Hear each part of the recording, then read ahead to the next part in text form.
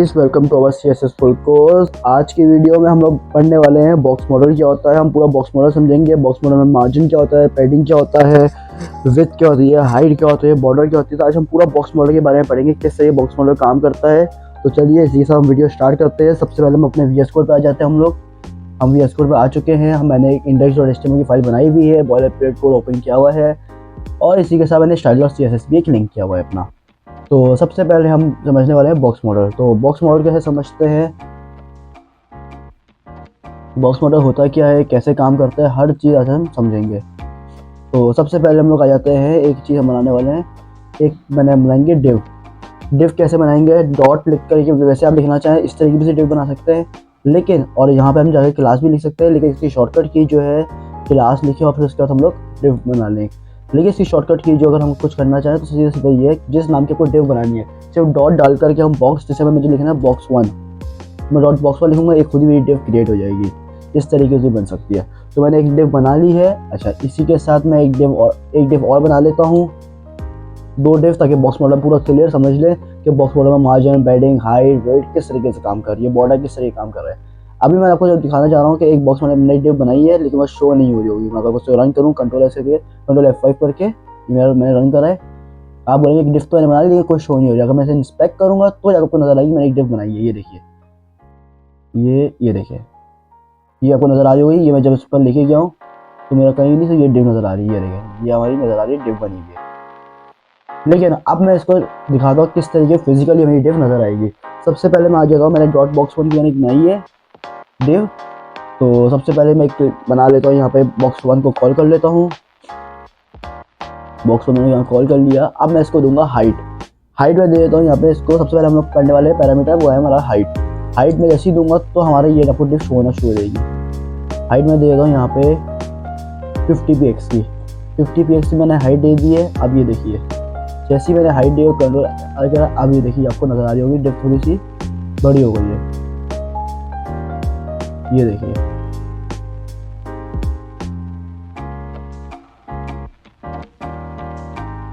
मैं इसको एक बार चेक भी कर लेता हूँ क्या है मसला। हाइट 50 px की हम दे चुके हैं। अच्छा, अब इसी के साथ हम कुछ और भी चीज़ करने वाले हैं, जो कि हमारा है बैकग्राउंड कलर, ताकि जो आपको पूरी वाज़ेह तौर पे नजर आए। तो बैकग्राउंड कलर ही मैं दे देता हूँ,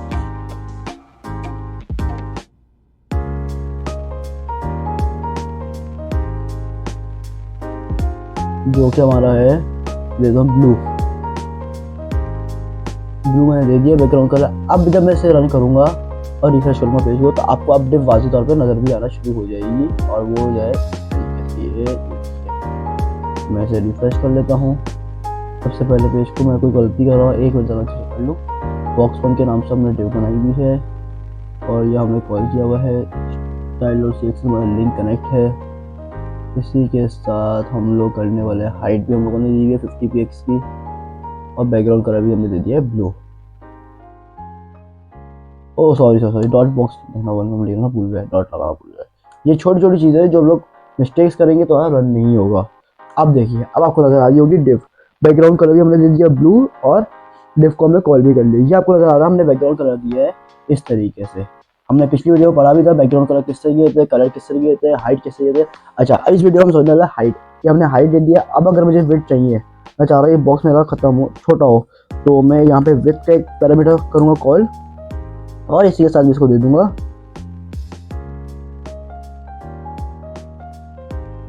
विड्थ, जो कि मेरी होगी 50 px। वो मैं दे देता हूँ 50 px। अच्छा, जब तक मैं सेमी कॉलर नहीं लगाऊंगा नेक्स्ट चीज में कॉल नहीं कर सकता। अब जब मैं रिफ्रेश करूंगा तो ये हमारा आ रहा है, एक बॉक्स नजर आ रही है 50, हाइट भी 50 px है और विड्थ भी 50 px है, तो और एक बॉक्स नजर आ रही है। अब इसी के साथ हम ये हमने इसमें भी हमने पढ़ लिया कि हाइट और विड्थ किस तरीके देते हैं, किस तरीके हम डिव बनाते हैं और किस तरीके उसको कॉल करते हैं वहाँ पर, और किस तरीके हम लोग देते हैं। अगर मैं बैकग्राउंड कलर हटा दूँ तो आपको नजर नहीं आएगा, सिर्फ हाइट और विड्थ नजर आएगी, डिव नजर नहीं आएगी। मैं अगर इसे हटा दूँ, ये देखिए मैंने इसे हटा दिया है, और इसी के साथ अब मैं रिफ्रेश करूँगा तो कुछ भी नजर नहीं आएगा। लेकिन जब इंस्पेक्ट करूँगा पेज को तो अब आपको नजर आना शुरू हो जाएगा कि डिव एक बनी हुई है। मैं आपको दिखा भी देता हूँ, ये देखिए, ये आपको नजर आ रहा होगा। जब मैं इसके पास लेके जा रहा हूँ तो आपको डिव नजर आ रही है कि हमारी एक डिव बनी हुई है। मैं आपको इसको यहाँ पे माउस को लेके जाके शो भी करा देता हूँ। ये देखिए, ये एक डिव आपको नजर भी आई होगा, इसका आपको नीचे भी नजर आ रहा होगा कि इसकी हाइट और विड्थ हमने दी हुई भी है। तो अब मैं बैकग्राउंड कलर जब डालूंगा तो आपको नज़र आना शुरू हो जाएगा कि बैकग्राउंड कलर से क्या हो रहा है। ये देखिए बैकग्राउंड कलर हम आ जाते हैं वापस से और बैकग्राउंड कलर हम अपना डाल देते हैं जो कि डाला था ब्लू, तो कि आपको नज़र आना शुरू हो जाएगी डिव हमारी किस तरीके से हमारी आपको शो हो रही है। ठीक है, अच्छा अब इसी के साथ हम चाह रहे हैं इसमें हम समझेंगे मार्जिन और पैडिंग क्या होती है, बॉर्डर। सबसे पहले हम समझते हैं बॉर्डर क्या होता है। हाइट विड्थ हम समझ चुके हैं, बॉर्डर क्या होता है। बॉर्डर अगर मैं लगाना चाह रहा हूँ डिव पे तो बॉर्डर का मैं पैरामीटर कॉल करूँगा बॉर्डर, ये हमने बॉर्डर कॉल कर लिया इसी के साथ। अब बॉर्डर में जैसे हम आएंगे, अब बॉर्डर के अंदर भी बहुत सारी चीज़ होती है, बॉर्डर स्टाइल, बॉर्डर विथ होती है, बॉर्डर कलर होता है, बॉर्डर स्टाइल होता है, ये सब चीज़ें होती है सब बॉर्डर। तो सबसे पहले हमारे बॉर्डर रेडियस होता है, ये सब चीज़ें हम लोग बॉर्डर में यूज़ करते हैं। बॉर्डर की भी 4 चीज़ें होती है, border style, border colour, border with और बॉर्डर हमारा आपका रेडियस। तो सबसे पहले हम समझते हैं बॉर्डर की विथ क्या होती है। सबसे पहले हम बॉर्डर विथ आ जाते हैं, सबसे पहले हम बॉर्डर लगाते हैं, बॉर्डर विथ पर आ जाते हैं हम और हम बॉर्डर विथ देते हैं यहाँ पर। एक मिनट मैं इसको यहाँ पर कॉल कर लूँ, ये हमने इस तरीके से नीचे आ गया। बॉर्डर विथ हम दे देते हैं यहाँ पर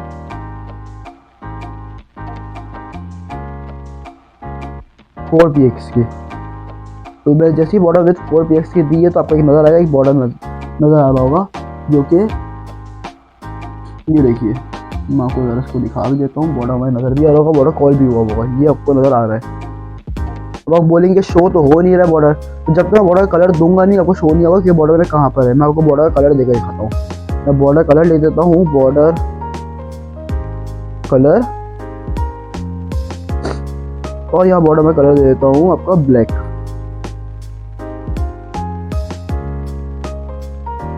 बॉर्डर कलर मैंने यहाँ ब्लैक दे चुका हूँ और अब मैं जब रिफ्रेश करूँगा तो आपको बॉर्डर भी वाज़ेह तौर पे नज़र आना शुरू हो जाएगा। ये आपको बॉर्डर कलर भी नज़र आना शुरू हो जाएगा कि बॉर्डर हमारा कहाँ पे शो हुआ है।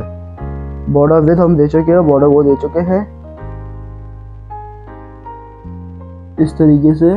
अभी आपको मैं शो भी करा देता हूँ किस तरीके आपको शो नज़र आएगा। बॉर्डर कलर हम दे चुके हैं ब्लैक और बॉर्डर स्टाइल हम दे देते हैं सॉलिड। कौन सा बॉर्डर स्टाइल चाहिए हमें, बॉर्डर स्टाइल हम दे देते हैं जो कि हमारा है सॉलिड। अब जब हमने सॉलिड दे दिया है इधर तो आपको शो होना शुरू हो जाएगा। अब देखिए आपको वाज़ेह तौर पे शो नज़र आ रहा होगा कि बॉर्डर का हमारा 4px हमने दे चुका है। और ये तीनों चीज़ अगर हम चाहें बॉर्डर में तो बॉर्डर को हम एक ही कॉलम में दे भी सकते हैं, एक ही हम उसमें एक ही बॉर्डर लिख करके तीनों चीज़ डिफाइन भी कर सकते हैं। किस तरीके से अभी मैं आपको दिखाता हूँ। पहले सबसे पहले हम ये समझ लेते हैं यहाँ पे किस तरीके से मैं आपको बॉर्डर स्टाइल, ये जो मेरे ये बॉर्डर स्टाइल है मैं हाइट विड्थ थोड़ी सी बढ़ा लेता हूँ ताकि कुछ शो हो जाए। ये देखिए मैं हाइट विड्थ थोड़ी सी बढ़ा लेता हूँ ताकि आपको वाज़ेह तौर पे फर्क नज़र आना शुरू हो जाए।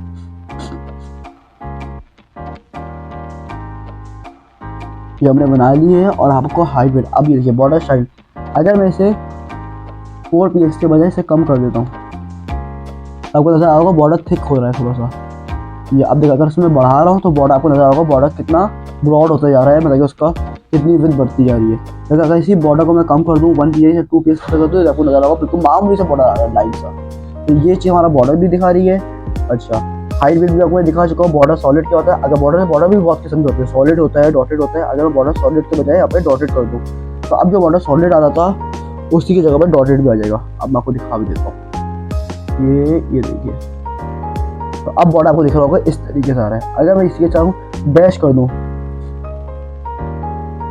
तो आपको डैश तरीके से नजर आना शुरू हो जाएगा। अगर इसी को मैं चाहूँ, क्योंकि अच्छा बॉर्डर जो है सॉलिड ही है तो हम सॉलिड ही रखते हैं। अच्छा अब इसी के साथ बॉर्डर की हमने बात करी है, अब मैं आपको चाहता हूँ आपको दिखाऊं कि किस तरीके से हम लोग बॉर्डर,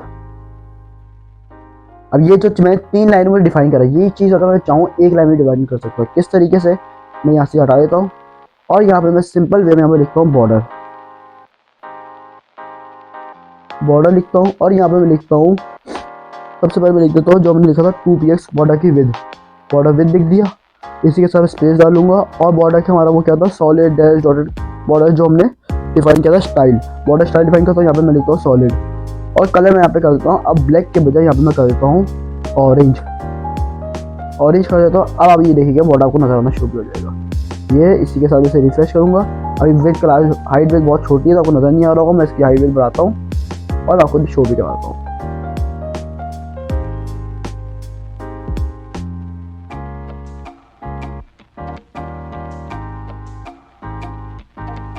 हाइट वेट में बढ़ा चुका हूँ और अब आपको ये 2 px जो आपको नजर आ रहा है, मैं आपको 4 px भी करके दिखाता हूँ ताकि आपको नजर वाजे तौर पर नजर आ जाए। ये हमारा, मैं कर देता हूँ 5px।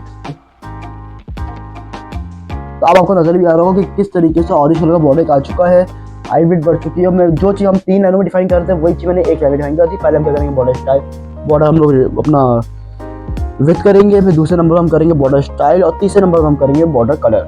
ठीक है, इस तरीके से हमारा हम लोग शो करते हैं। अच्छा तो हाइट वेट भी देंगे, आपको डिफ नजर नहीं आएगी कि हमने कोई डिफ बनाई नहीं दी है। हाइट वेट देंगे तो डिफ नजर आना शुरू हो जाएगी।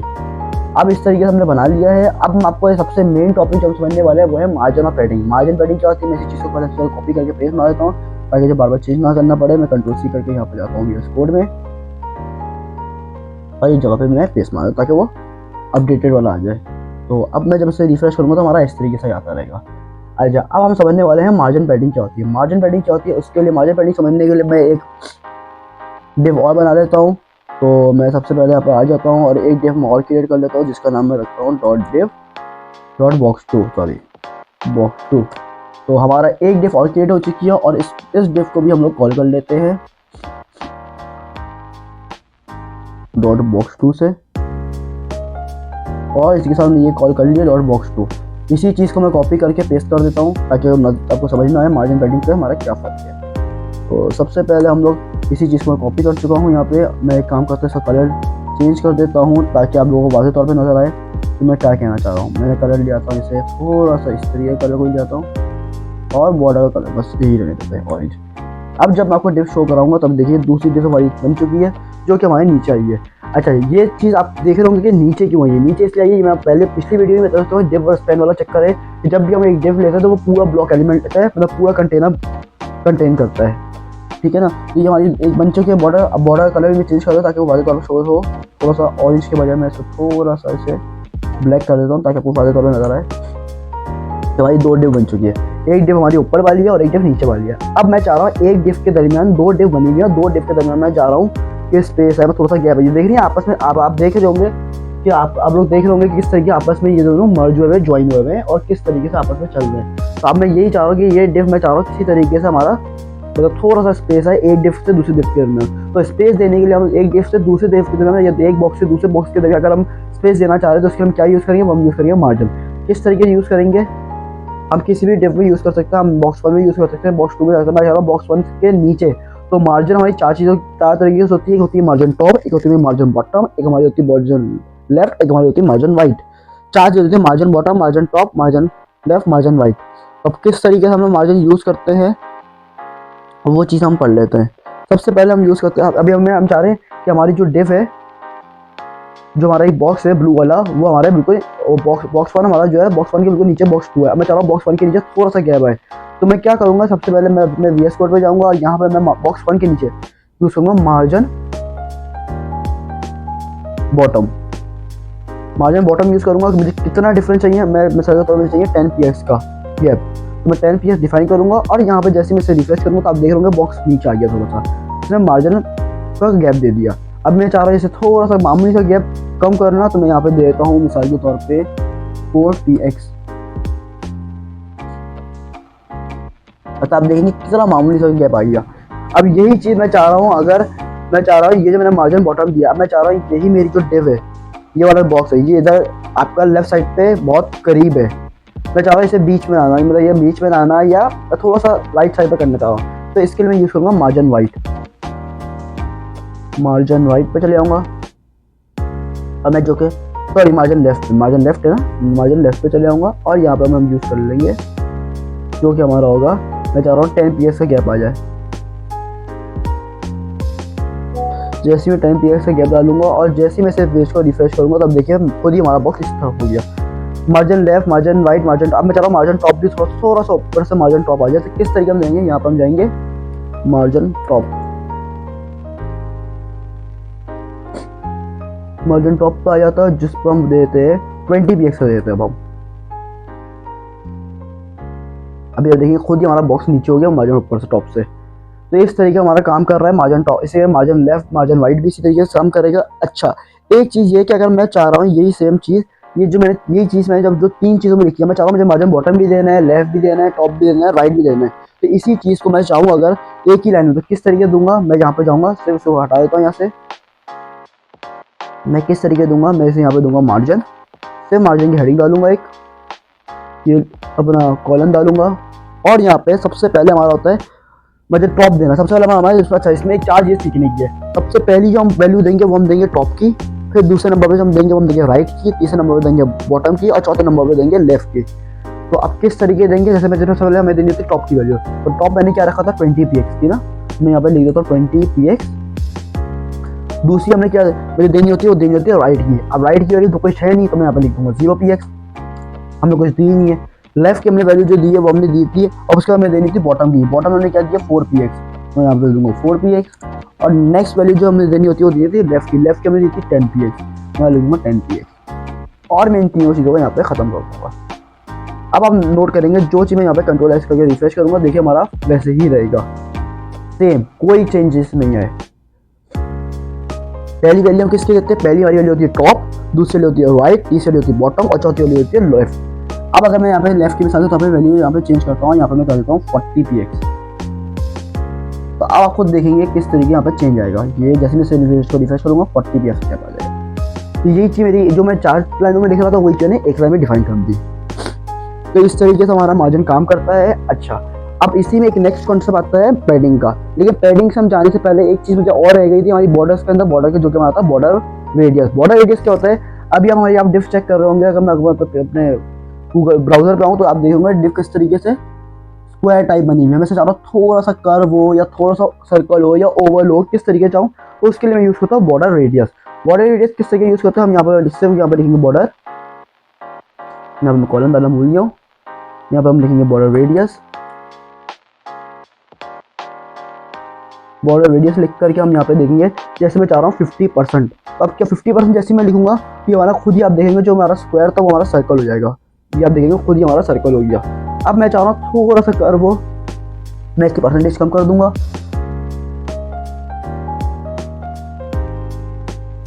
तो इसी तरीके से हमारा बॉक्स चलिए बॉर्डर रेडियस आ जाता है। बॉर्डर यहाँ पे आपको दिखा है 50%। अब मैं 50% हटा करके इसको कर देता हूँ यहाँ पर, इसको मैं परसेंटेज में भी दे सकता हूँ, पीएक्स में भी दे सकता हूँ, पिक्सल्स में भी दे सकता हूँ। मैं उसको शो देता हूँ पीएक्स, 4px, और उससे कंट्रोल ऐसे करता हूँ। तो अब आप देखेंगे मेरा हमारा थोड़ा सा हमारा कर्व होगा, जो कि नजर नहीं आएगा, बहुत मामूली सा कर्व है। मैं आपको थोड़ी सी इसकी वैल्यू बढ़ा देता हूँ, जो कि मैं करता हूँ 20px। अब आपको वाज़ेह तौर पर नजर आएगा किस तरीके से हमारा कर्व हुआ है, किस तरीके हमारे कर्व होगा चारों हमारे बॉर्डर। तो इस तरीके हमारा बॉर्डर काम भी करता है, इस तरीके से हमारे मार्जिन पैडिंग मार्जिन समझा दीजिए। अब नेक्स्ट कॉन्सेप्ट आता है पैडिंग का। पैडिंग क्या है, मैं मिसाल के तौर पर मुझे पैडिंग है, अब मैं यहाँ पे कोई कंटेंट लिखता हूँ। पैडिंग समझने के पहले मैं कंटेंट लिखता हूँ। पैडिंग क्या होता है कि बॉक्स के अंदर जो भी बॉक्स होता है, जो हम बॉक्स क्रिएट करते हैं, अगर बॉक्स के अंदर कोई टेक्स्ट है और मेरे टेक्स्ट के अंदर कोई गैप चाहिए तो उसके हम यूज़ करते हैं पैडिंग। एक बॉक्स से दूसरे बॉक्स के दरमियान गैप चाहिए तो हम लोग यूज़ करते हैं मार्जिन। लेकिन बॉक्स के अंदर मैंने कोई टेक्स्ट लिखा हुआ और मुझे बॉक्स के अंदर जो टेक्स्ट लिखा हुआ मुझे उसके अंदर कोई मतलब कि लेफ्ट राइट या टॉप बॉटम में कोई गैप चाहिए तो इसको हम यूज़ करते हैं पैडिंग। किस तरीके से समझाना चाह रहा हूँ आप देखते हैं। यहाँ पे आ जाता हूँ मैं H1 और यहाँ पे मैं लिखता हूँ माई नेटिव वर्ड्स। यहाँ पे मैं लिखता हूँ नेटिव वर्ड्स लिखता हूँ। अब मैं पेज को रिफ्रेश करता हूँ तो आप देखेंगे बॉक्स के अंदर नेटिव वर्ड लिखा हुआ नजर आ रहा है। अब आप देख रहे हैं कि हमारा नेटिव वर्ड जो है बिल्कुल बॉक्स के लेफ्ट साइड से चिपका हुआ है, मतलब बिल्कुल हमारा ज्वाइन हुआ है। अब मैं चाह रहा हूँ थोड़ा सा इसे गैप देना, तो किस तरीके दूंगा, यहाँ पे मैं जाऊँगा और यहाँ पे मैं यूज़ करूँगा पैडिंग। पैडिंग मेरे कहाँ देनी है, लेफ्ट से देनी है ना, तो मैं अब यूज़ करूँगा पैडिंग लेफ्ट लिखूँगा और यहाँ पे मैं यूज़ करूँगा मिसाल से तो मुझे देनी है 2px तो अपना 10px की। यहाँ मैं 10px डिफाइन करने के बाद और यहाँ मैं एक कॉलन लगा दूँ। अब यहाँ मैं जैसे मैं रिफ्रेश करूँगा तो देखिए नेटवर्क थोड़ा सा आगे हो गया, बॉक्स पे टेक्स्ट आके नेटवर्क थोड़ा सा आगे हो गया लेफ्ट साइड से। तो अगर मुझे कंटेंट के दरमियान इसी तरीके नेट पैडिंग में भी सेम चीज़ है कि लेफ्ट राइट टॉप बॉटम ये सब कुछ सारी चीज़ें कि अगर मैं कर दूंगा। अच्छा इस तरीके से ये है किस तरीके। अच्छा मैंने इसे पैडिंग लेफ्ट डिफाइन करा है। अगर मैं इसे पैडिंग लिखता हूँ यहाँ पे कोई डिफाइन नहीं करता है लेफ्ट राइट, तो 10px क्या होगा, अब ये क्या करेगा 10px चारों साइड से देगा, लेफ्ट से भी 10px, राइट से भी 10px, टॉप से भी 10px और बॉटम से भी 10px। अब जब मैं इसे रिफ्रेश करूंगा तो आप देखेंगे नेटवर्क बिल्कुल ही इस तरीके होगा, 10px होगा, हर जगह से गैप दे दी है।